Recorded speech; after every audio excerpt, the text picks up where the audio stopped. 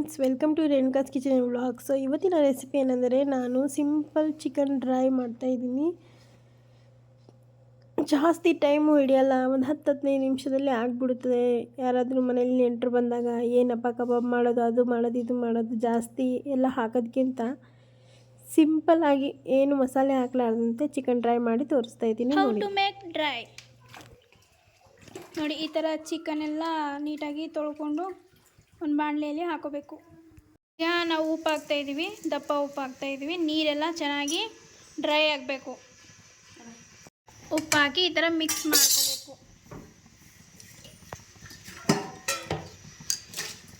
ಏನು ಬೇರೆದು ಮಸಾಲೆಗಳು ಹಾಕ್ಲಾರ್ದಂಗೆ ಡ್ರೈ ಮಾಡ್ತೀವಿ. ನೋಡಿ ಯಾವ ಥರ ಮಾಡ್ತೀವಿ ಅಂತ. ತಿನ್ನೋಕ್ಕಂತೂ ಇಷ್ಟು ಚೆನ್ನಾಗಿರುತ್ತೆ, ಇನ್ನೂ ತಿನ್ಬೇಕು ಅನಿಸುತ್ತೆ.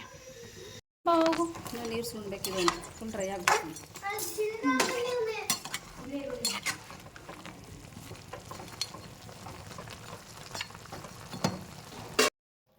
ಇವಾಗ ಸ್ವಲ್ಪ ನೀರು ಡ್ರೈ ಆಗಿದೆ ನೋಡಿ. ಅದರಲ್ಲಿ ಚಿಲ್ಲಿ ಪೌಡ್ರ್ ಹಾಕ್ತಾಯಿದ್ದೀವಿ.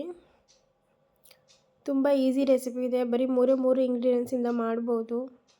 ಏನು ಜಾಸ್ತಿ ಎಣ್ಣೆ ಹಾಕೋಂಗಿಲ್ಲ, ಫ್ರೈ ಮಾಡೋಂಗಿಲ್ಲ, ಏನಿಲ್ಲ. ಉಪ್ಪು, ಖಾರ, ಚಿಕನ್. ಈ ಥರ ಒಮ್ಮೆ ಟ್ರೈ ಮಾಡಿ ನೋಡಿ ಮನೆಯಲ್ಲಿ. ಮಕ್ಕಳು, ದೊಡ್ಡವರು ಪ್ರತಿಯೊಬ್ಬರು ಇಷ್ಟಪಡ್ತಾರೆ. ನಮ್ಮ ಮಕ್ಕಳಿಗಂತೂ ತುಂಬ ಇಷ್ಟ ಚಿಕನ್ ಡ್ರೈ.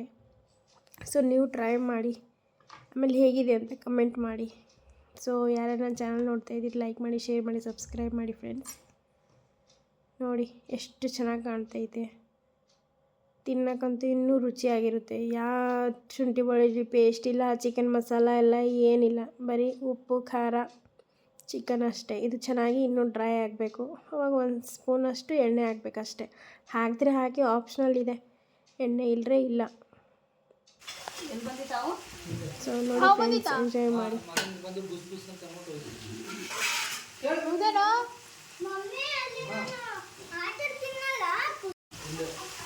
ನೋಡ್ದ